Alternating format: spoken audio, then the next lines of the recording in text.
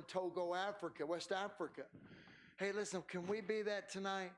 Would you ask God to help you to be the man and woman of God that He so much wants you to be? It's not a joke. It's real. And God looks for that. The Bible says he was looked for a man to stand in the gap in Ezekiel, and He found none. I'm telling you today, if we brought those Navajos travel around all around America and raise money, and I've met a bunch of them, and I think, man, they must think that we are such weak Christians. I'm done. I heard a man preach in Bible college from Australia, and he insulted us. He got up and says, "You Americans are selfish. You Americans are content with having no power of God.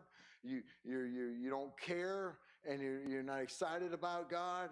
And I thought, I had just gotten saved. I was fired up. I thought, what is he talking about? I can't believe he said that. And now 20 years later, I said, well, he might have been on to something 20 years ago.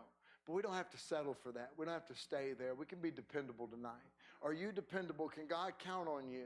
I wasn't trying to throw rocks at nobody. I'm telling you, I need this message as much as anybody else needs the message.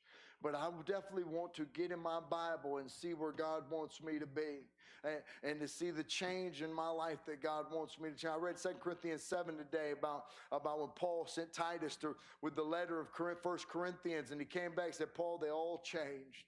They all had godly sorrow. They all repented to a change. They made a change in their life. They hated sin. He could tell that they hated sin. It was such a big change that they made a difference in their life, and it changed the direction of their life. If you were to become dependable tonight, do you know it would change the direction of your life in many ways? And we need to do that. Let's bow our heads.